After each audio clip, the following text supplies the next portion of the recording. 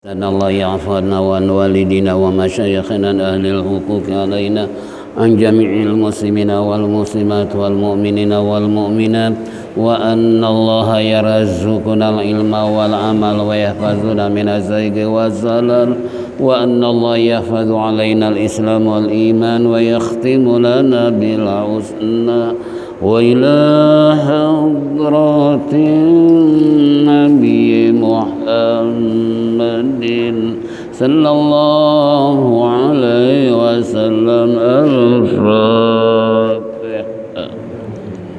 بسم الله الرحمن الرحيم. مالك يوم الدين إياك نعبد وإياك نستعين صراط الذين أنعمت عليهم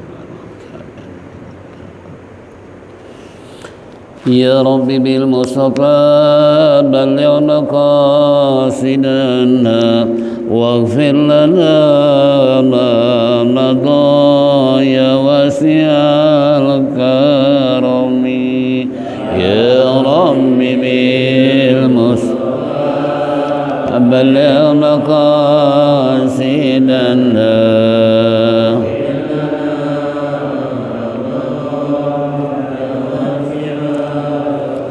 بسيد الخلق شمس الحق معتصم محمد خير معصوم ومعتصم يا رب بالمصطفى سيدنا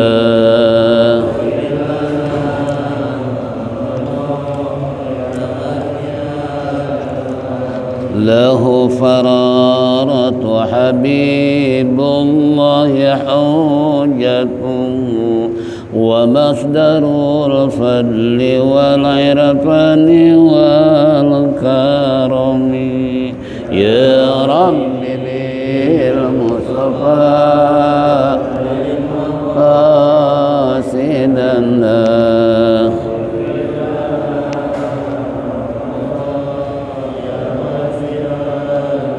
أصل الوجود وروح الكون بهجته زين الشمائل والأدب والشيم يا رب بالمصطفى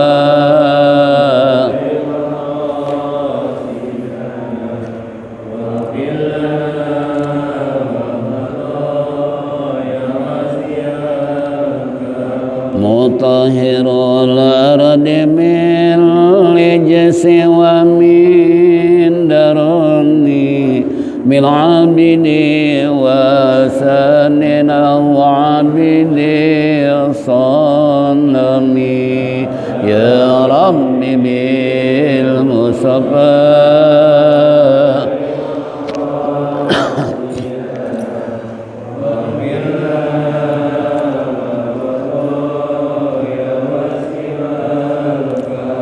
لله من منقذ الإنسان من سكر خير البليات من أرب ومن أجم يا رب بالمصطفى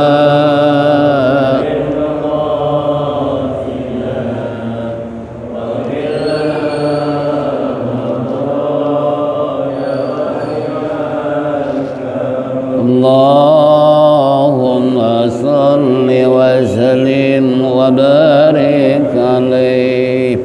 Ma'asyiral muslimin wa zumratal mu'minin rahimakumullah. Kembali di pagi hari menyongsong terbitnya matahari di ufuk timur, kita duduk bersimpuh bersama-sama di tempat yang mulia dalam rangka mengembalikan majlis salim setelah ditawakufkan kurang lebih 2 bulan lamanya. Harapan kita mudah-mudahan apa yang kita lakukan semua ini mendapat ridha Allah Subhanahu wa taala. Amin ya rabbal alamin. Hadirin jamaah rahimakumullah. Bulan Syawal adalah merupakan bulan peningkatan. Setelah kita digodok dalam kancah bulan suci Ramadan, untuk berpuasa dan ibadah-ibadah yang wajib maupun yang sunnah, beramal sedekah dan berbagai macam kebaikan telah kita lakukan. Kini bulan Syawal adalah tinggal menindaklanjuti saja. Istilah Al-Quran, fa iza faragta fansab wa ila rabbika farghab. Apabila sudah menyelesaikan satu pekerjaan, maka lanjutkan pekerjaan yang lain. Makanya Majlis Salim kita buka dengan harapan tiada lain sesuai dengan apa yang diingatkan oleh baginda Rasulullah, i'mal lidunyaka ka'annaka ta'ishu abada wa'mal li akhiratika ka'annaka tamutu goda. Beramal untuk duniamu seakan-akan kamu akan hidup selama-lamanya, tapi ingat, beramal untuk akhiratmu seakan-akan kamu akan mati besok. Artinya kalau urusan dunia boleh ditunda, tapi urusan akhirat jangan ditunda. Ini termasuk pengajian urusan dunia atau urusan akhirat? Urusan akhirat atau urusan dunia? Dua-duanya dapat. Kenapa saya katakan dua-duanya dapat? Sebab ada hadis Rasulullah, talabul ilmi takaffallahu rizquha. Barang siapa orang yang belajar, yang ngaji, duduk di majlis salim, Allah jamin rezekinya. Itu Rasulullah sudah menjanjikan takaffallahu rizquha. Allah akan menjamin rezekinya orang yang menuntut ilmu. Ini kan berarti menjamin rezeki urusan apa? Urusan dunia. Ya, belum lagi pahala. Niat kita dari semenjak rumah melangkahkan kaki menuju masjid, satu langkah penghapusan dosa yang telah kita perbuat, berapa ribu langkah kita menuju masjid, itu buat di akhirat. Belum lagi kita baca doa itikaf, salat berjamaah dan lain-lain sebagainya, itu adalah buat di akhirat. Makanya alhamdulillah segera kita buka majlis salim, sebab dengan hadis Rasulullah urusan dunia bisa ditunda, kalau urusan akhirat jangan coba-coba ditunda. Kenapa? Berdasarkan hadis tadi, seakan-akan kamu akan mati besok. Belum tentu kita ketemu Sabtu yang akan datang, tapi naudzubillah min dzalik.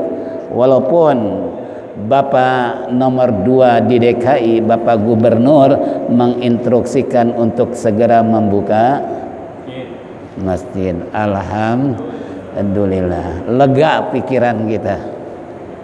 Makanya kemarin pengurus masjid ketika telepon, alhamdulillah Ustadz, kita sudah bisa mulai merobek. Artinya tantangan kita untuk masuk ke masjid kita sudah dibuka kembali. Ya. Nah, ini salah satu di antaranya. Jadi urusan dunia bisa ditunda. Sekarang pekerjaan belum selesai, bisa besok. Besok nggak selesai, bisa lusa. Lusa nggak selesai, bisa minggu besok, bulan besok, atau tahun besok. Tapi urusan akhirat jangan coba-coba ditunda. Sebab kita nggak tahu. Siapa tahu pulang dari majelis salim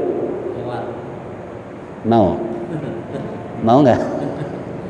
Setelah dengerin pengajian, setelah membahas kitab, jalan ke Seleo das mati, mau nggak? Loh, kok diam?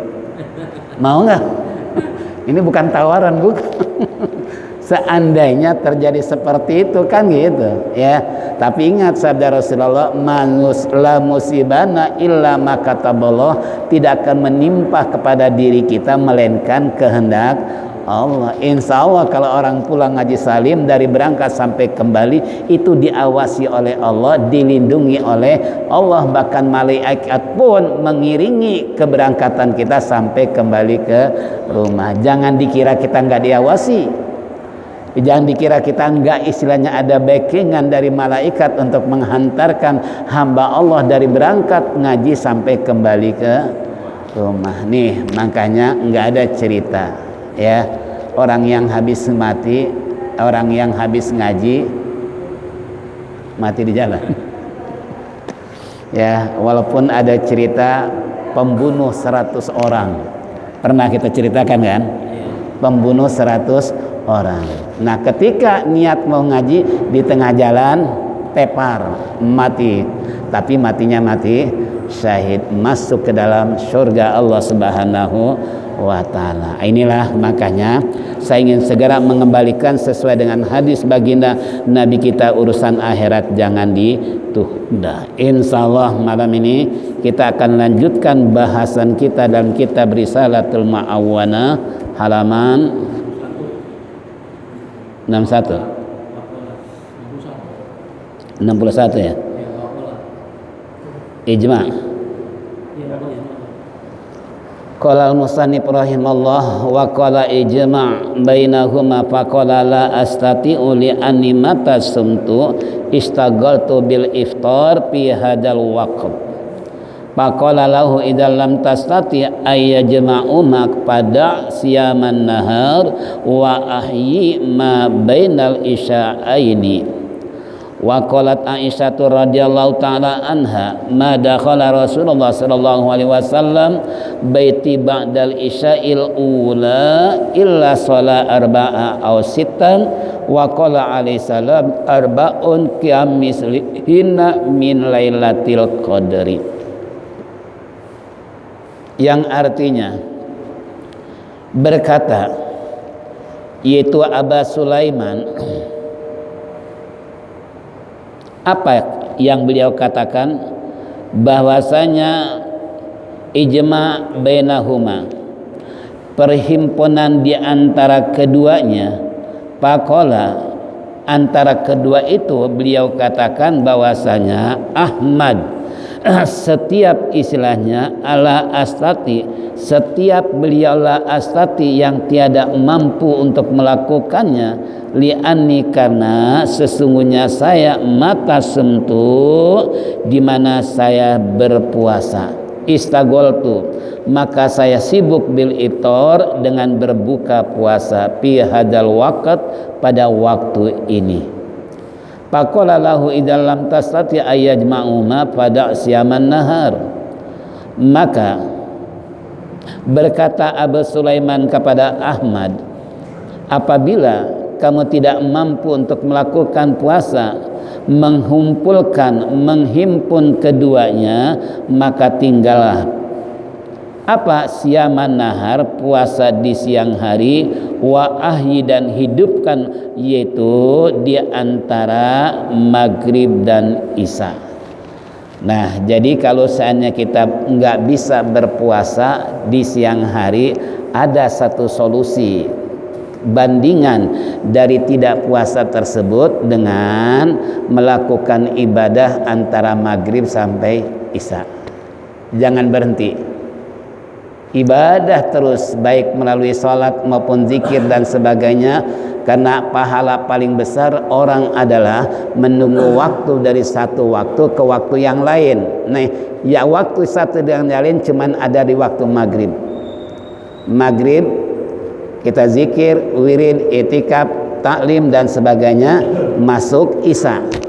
Coba kalau dari isya sampai subuh kira-kira bisa nggak nunggu? Lain dengan mazhab Imam Hanafi kan, 40 tahun wudu isya sampai subuh nggak pernah batal. Kalau kita coba, itu ulama salafus saleh dari wudu isya sampai subuh 40 tahun nggak pernah batal. Coba bayangkan. Nah, itu namanya menunggu satu sholat ke sholat yang lain. Kalau kita bisa paling maghrib sampai, itu pun kadangkala lantas jalan. Kenapa? Karena ingat sinetron, ingat film, ingat macam-macam, sampai kepada Allah dilupakan. Nih, na'udzubillah min dalik. Nah, makanya kembali kepada kita semua, kalau seandainya kita tidak mampu berpuasa di siang hari, kata Aba Sulaiman kepada Ahmad, hendaklah engkau melakukan ibadah antara maghrib sampai isya. Kita jangan niru orang-orang tua dulu, terkadang mereka habis maghrib sampai isya ngerokok di pinggir dulu ya, tapi nggak semuanya begitu ya, karena saya sendiri kalau zaman masih kecil suka ikut-ikut dengan orang tua, mereka asik sambil merokok. Mending kalau rokok di Samsu ini kawung Tahu kawung nggak? Apa namanya? Pelintir-pelintir gitu, tapi bukan narkoba, bukan. Ya, ini orang dulu seperti itu, walaupun nggak semuanya. Ya, ini kembali pada kita semua. Kalau kita nggak bisa menghimpun, syukur-syukur bisa menghimpun. Siangnya puasa, habis maghrib sampai isya dipakai ibadah. Tapi kalau nggak bisa puasa di siang hari, habis maghrib. Namun sekarang sudah banyak masjid-masjid majlis salim habis maghrib sampai isya, lebih utama lagi. Ya, ini satu. Dan telah berkata Aisyah radhiyallahu anha, madakhala Rasulullah sallallahu alaihi wasallam baini ba'dal isya al-ula illa shalla arba'an aw sitan. Tiadalah masuk Rasulullah ke dalam rumah saya, kata Aisyah, setelah yaitu isya yang pertama illa sholat arba'an sitan, kecuali beliau sholat 4 sampai 6 rakaat. Ini Rasulullah kalau datang ke rumah Isya, begitu gilir ke rumahnya, langsung beliau tidak melakukan sesuatu kecuali sholat 4 rakaat atau 6 rakaat. Nah, kalau kita punya istri lebih dari satu, datang ke rumah istri yang keduanya, kira-kira gimana? Sempat sholat nggak? Hah? Masya Allah. Untung kita nggak punya istri lebih dari satu. Kalau lebih dari satu, datang ke istri yang muda, kira-kira sholat atau apa? Nih, ini Rasulullah. Bahkan waqala alaihi salam, telah bersabda Nabi kita Muhammad sallallahu alaihi wasallam, arba'un kamislihinna min lailatul qadar, sebab ada nilai orang yang melakukan sholat seperti itu, yakni setelah Isya datang ke rumah Isya, itu punya nilai sama dengan malam Lailatul Qadar. Nih, bicara malam Lailatul Qadar kita sudah lalui. Kita dapat enggak nih malam Lailatul Qadar yang Allah janjikan? Lailatul Qadri khairum min alfi syahr. Malam Lailatul Qadar lebih baik daripada 1000 bulan. Ini 1000 bulan sama dengan 83 tahun 4 bulan. Kita beramal kebaikan dari semenjak terbenam matahari sampai hatta matla'il fajr, sampai terbit matahari, itu sama dengan ibadah selama 83 tahun 4 bulan. Kalau kita memperoleh malam Lailatul Qadar. Nah, sekarang kita tahu enggak dapat atau tidaknya? Nih, kata mufasir ada mengatakan kalau ingin tahu orang dapat malam Lailatul Qadar di bulan Syawal dan selama hayat di kandung badan, itu nilai ibadah semakin kencang, semakin bertambah, semakin semangat. Bukan ada istilah puasa bubar, ibadah ikut bubar. Ada nggak di sini gitu? Hah? Bulan puasa beramal luar biasa, istri masak jam 2, jam setengah 3, suami bangun sholat sambil nunggu istri masak. Ada suami begini? Ada nggak? Ada nggak? Istri masak, suami tidur. Ya Allah.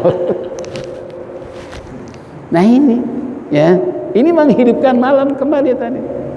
Ya, nah ini jadi istri juga bangga, istri juga bagi dia dapat pahala sebagaimana yang dilakukan oleh sang suami, kan gitu. Kenapa? Karena tugas dia di dapur, tugas kita di atas sejadah untuk ibadah sambil nunggu sahur, kan gitu. Nah ini kembali. Nah kalau seandainya kita memperoleh malam Lailatul Qadar, paling tidak ibadah-ibadah yang biasa dilakukan bulan Ramadan tidak terhenti dengan sebab puasanya sudah selesai. Enggak, malah semakin meningkat. Itu ciri-cirinya. Nah, kalau kita bercermin diri, kita sudah begitu belum? Sudah begitu belum? Belum. Wah, berarti malam Lailatul Qadar belum.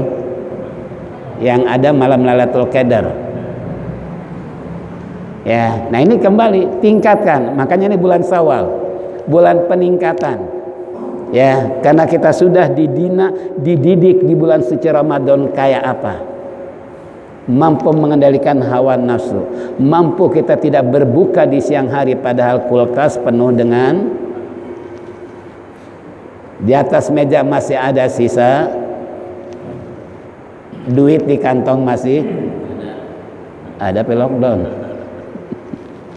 Nih kembali ya, jadi kembali pada hadis Rasulullah SAW bahwa orang yang melakukan seperti 4 atau 6 rakaat tadi min Lailatul Qadar, sama istilahnya dia melakukan ibadah percis di malam Lailatul Qadar. Nah, kayak apa coba?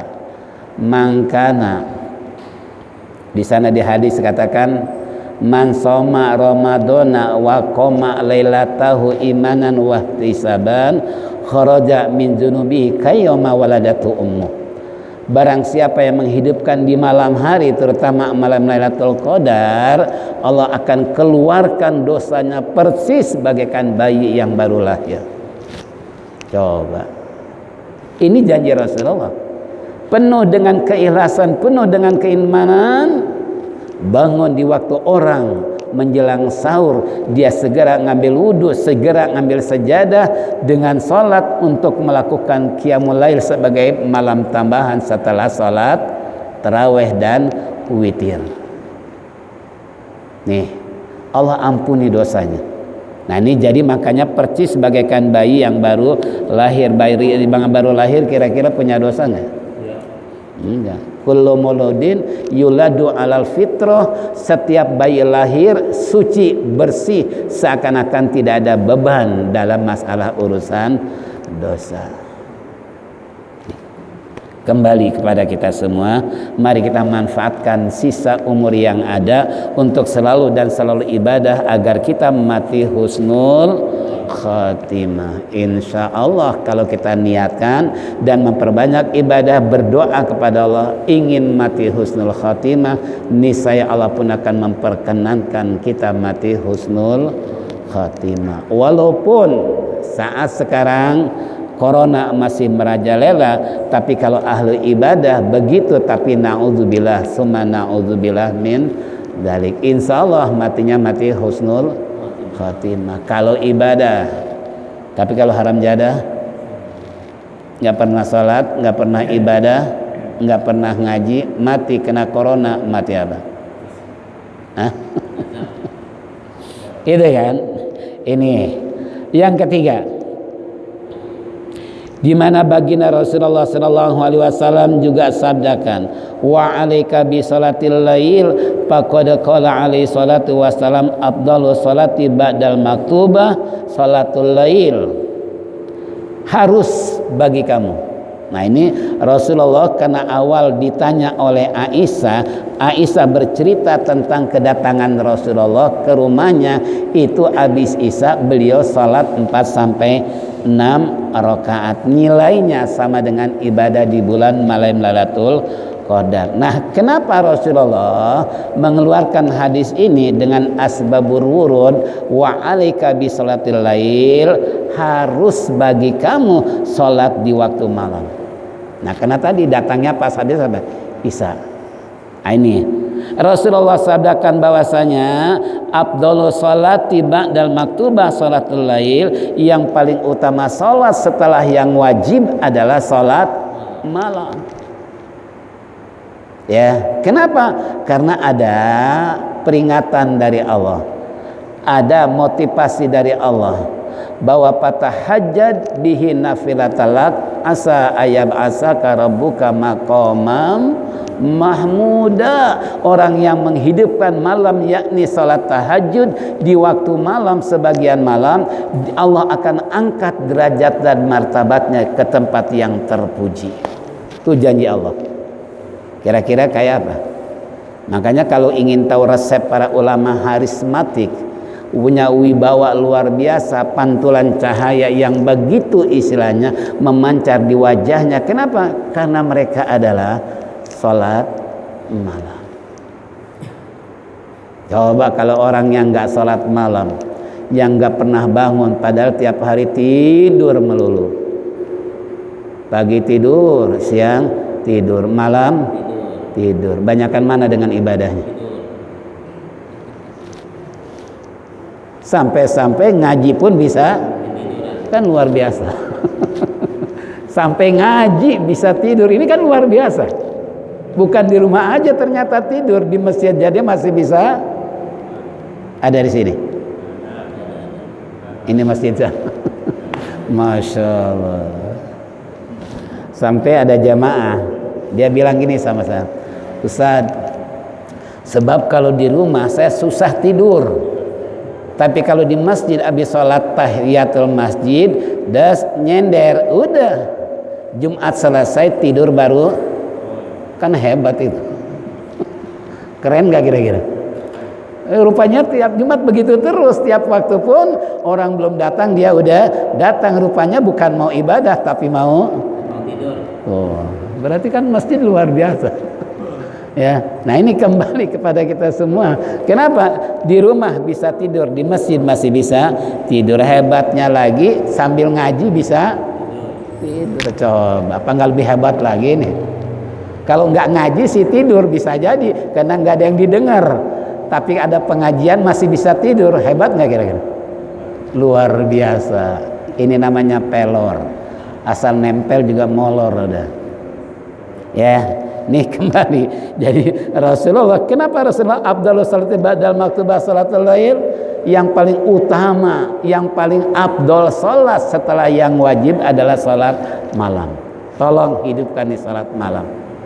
Berapapun jumlah rakaatnya, baik sedikit maupun banyak, dengan iman dan ikhlas karena Allah, kembali tadi Allah akan mengangkat derajat martabat seorang hamba ke tempat yang terpuji dengan sebab salat malam. Ya, ini kalau sabda Rasulullah tadi awalnya habis Isya. Nah, apalagi di hadis lain sepertiga akhir malam itu yang paling afdol salat malam. Berarti sepertiga malam jam berapa? Jam? Kalau jam 2 kayaknya kita subuh bisa kesiangan. Sebab biasanya godaan setan menjelang subuh kayak ngantuk berat. Padahal tasbih dipegang, tiba-tiba hilang. Gitu kan? Kita megang HP, tiba-tiba HP-nya jatuh. Kenapa?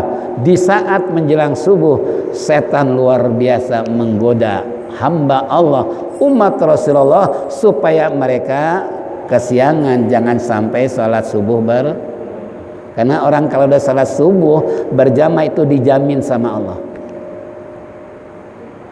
Makanya waktu zaman Khalifah Umar bin Abdul Aziz, ya, waktu beliau, waktu itu kan perkembangan perekonomian, teknologi segala macam itu luar biasa majunya. Lalu ada seorang anak muda, dia biasa hobinya memacu kuda. Begitu kudanya dipacu sedemikian rupa sampai kudanya ini benar-benar entah karena apa oleng. Kalau bahasa kita apa nih? Ngambek ya. Gak karuan, lari terbirit-birit sampai masuk ke istana raja. Nah, begitu sampai di istana khalifah, nabrak putri mahkota yang sedang main di taman sampai mati. Coba, menurut hukum kira-kira anak muda harus diapain? Hukum mati atau penjara seumur hidup? Coba. Begitu proses persidangan, apa kata khalifah? Biar saya memimpin sidang. Pak Hakim, Pak Jaksa tak usah memimpin, sebagai saksi saja, tapi langsung prosesi tentang pengadilan saya yang memutuskan. Itu langsung beliau. Nah, ternyata setelah di persidangan, khalifah tidak banyak bertanya, cuman tanya, apakah Anda tadi sholat subuh? Jawab anak muda, salat tuan. Baiklah kalau begitu, bebas Anda dari jeratan hukum. Ah, kira-kira nih hakim jaksa gimana? Dianggap adil nggak nih? Dianggap adil nggak? Itu kan?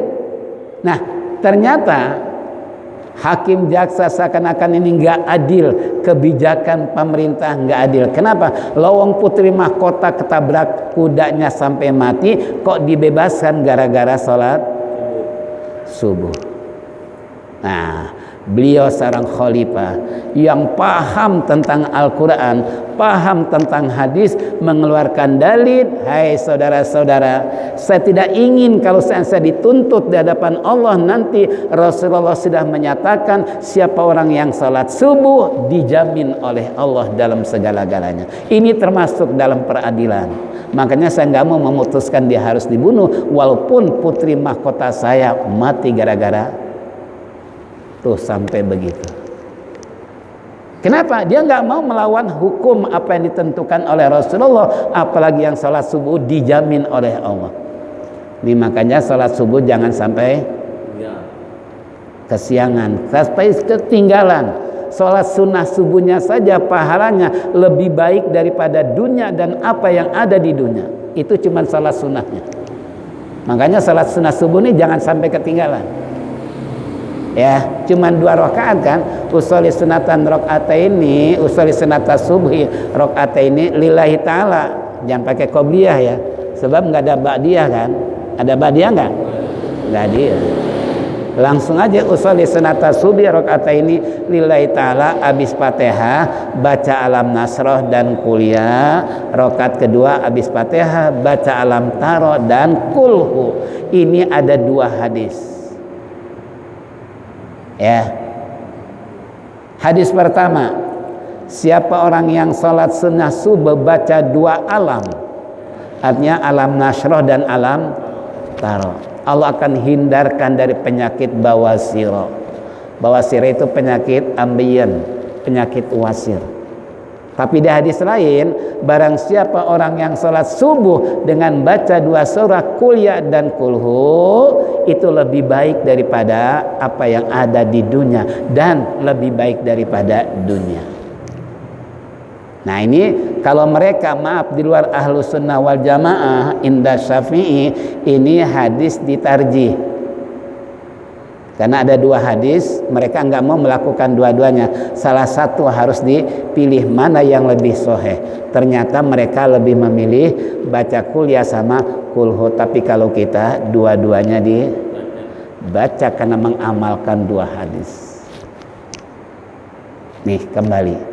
Jadi kalau kita ada 2 hadis, dua-duanya diamalin. Buktinya ini. Salat sunnah subuh bacanya alam nasroh dan kuliah, rakaat kedua alam taro dan kita baca itu nggak? Baca nggak? Yang udah tahu alhamdulillah. Yang belum tahu terlambat di kau. Itu kan? Nah ini kembali. Inilah ngaji. Inilah belajar. Yang tadinya tidak tahu jadi kan gitu. Makanya alangkah ruginya kita kalau nggak mau ngaji. Kita jangan belagu sok ngerti sok pinter, jangan. Ulama-ulama dulu nggak ada satupun yang nggak mau ngaji walaupun pinternya kayak apa. Ini pengalaman saya waktu ngaji dengan mu'alim di Kebun Nanas Masjid Al-Bahr, kan ada tuh Masjid Al-Bahri ya di Kebun Nanas. Waktu itu setiap hari sebelum mu'alim tuh ada Kiai Haji Soleh Rayadi, beliau mengajar ilmu falak sebelum mu'alim datang. Nah, mu'alim datang baru mu'alim. Itu yang ngaji sejago tabek ulama-ulama besar.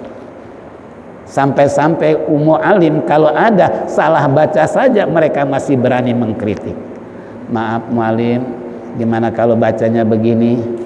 Mu'alim membulak-bulak. Oh benar ente, terima kasih. Coba yang ngaji jaga juga ilmu semua. Nah kita nggak punya ilmu tapi nggak mau. Ini pengalaman. Ya, sampai-sampai saya ketemu waktu itu kan mobilnya mobil 41 ya, jurusan Cililitan ya. Dari Senen kan Cempaka Putih. Pas begitu di Coca-Cola tuh ada bapak-bapak naik. Saya bawa tas, dia tanya, mau kemana dek? Mau ngaji. Oh kebetulan deh bareng nih bapak alhamdulillah udah pensiun bebas sekarang. Bapak pengen kumpul dengan orang-orang yang soleh, kumpul dengan orang-orang yang punya ilmu. Tuh udah pensiun. Kalau bahasa kita dulu di mana aja pak? Iya karena sibuk kerja. Sekarang udah pensiun. Nih tolong yang pensiun nih Jangan dibiarkan waktu. Udah cukup dosa kita berapa banyak di masa kita kerja yang lupa dengan urusan, disibukkan dengan pekerjaan, lupa dengan nih tiba saatnya dia pensiun, tampakkan semua pekerjaan, ngaji. Sebab dengan ngaji ini modal utama untuk belajar. Yang tadinya kurang paham jadi, yang kurang ngerti jadi ngerti, yang tidak tahu sekarang jadi tahu. Dengan sebab apa? Makanya sering saya ingatkan nih kepada anak-anak muda juga, jangan belagu Anda. Yuk kita sama-sama, siapapun, dengan siapapun, dimanapun, kalau ada pengajian ikut. Dulu saya kalau pagi itu kuliah nganterin ponakan, sekolahnya di Asyafiyah. Nah kebetulan kan istilahnya Al-Maghfulah Abdullah Syafi'i kan tiap hari di Masjid Al-Barakah tuh. Nah saya sambil nunggu ponakan sambil ngaji dengan dia.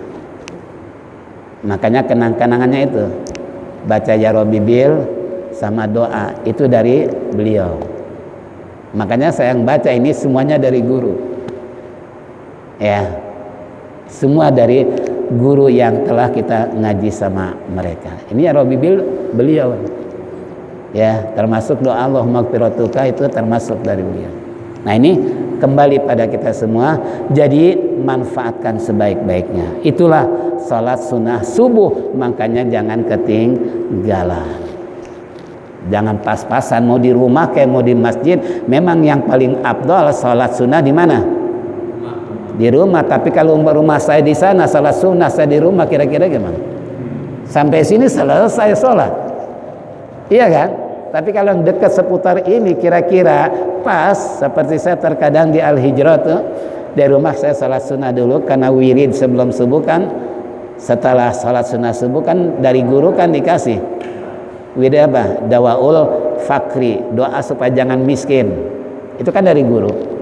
Sampai beliau cerita, ini setelah saya membagikan ijazah kepada murid saya, kedatangan guru, gurunya bilang begini, saya merasa diberikan cahaya dada saya dengan sebab memberikan ijazah kepada murid-murid kamu. Tuh girang gurunya dah meninggal dunia, Guru Jai Abdul Ghani Banjarmasin. Coba ini bayangkan ya. Ini kembali, jadi kembali buat kita semua bahwasanya sholat sunnah subuh jangan ditinggal.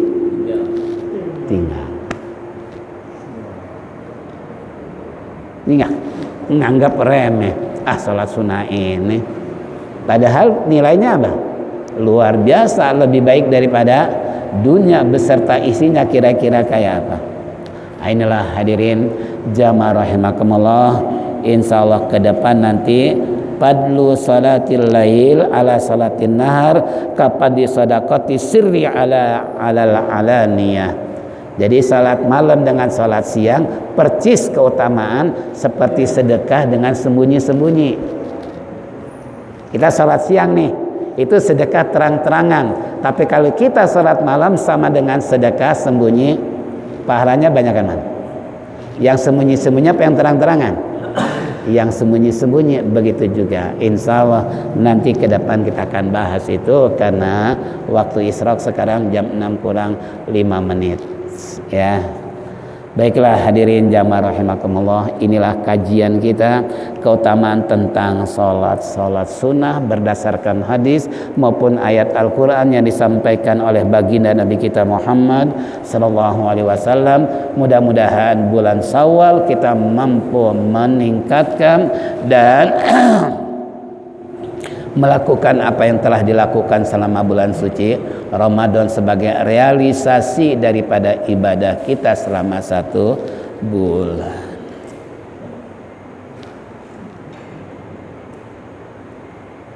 Sudah selesai.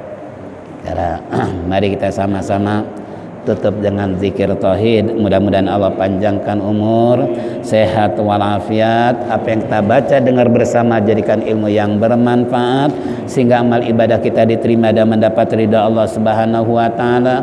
Kekurangan dan kesalahan kita diampuninya. Kelak kita semua mati husnul khatimah dan mudah-mudahan segera Allah selamatkan dari musibah, yakni dengan COVID-19 sehingga Indonesia terhindar dari virus tersebut. Bi barakati Al-Fatihah. Bismillahirrahmanirrahim. Iyyaka na'budu wa iyyaka nasta'in. Ihdinas siratal mustaqim. Baiklah, mari kita tutup dengan zikir tauhid. Falyatafadhal mashkura.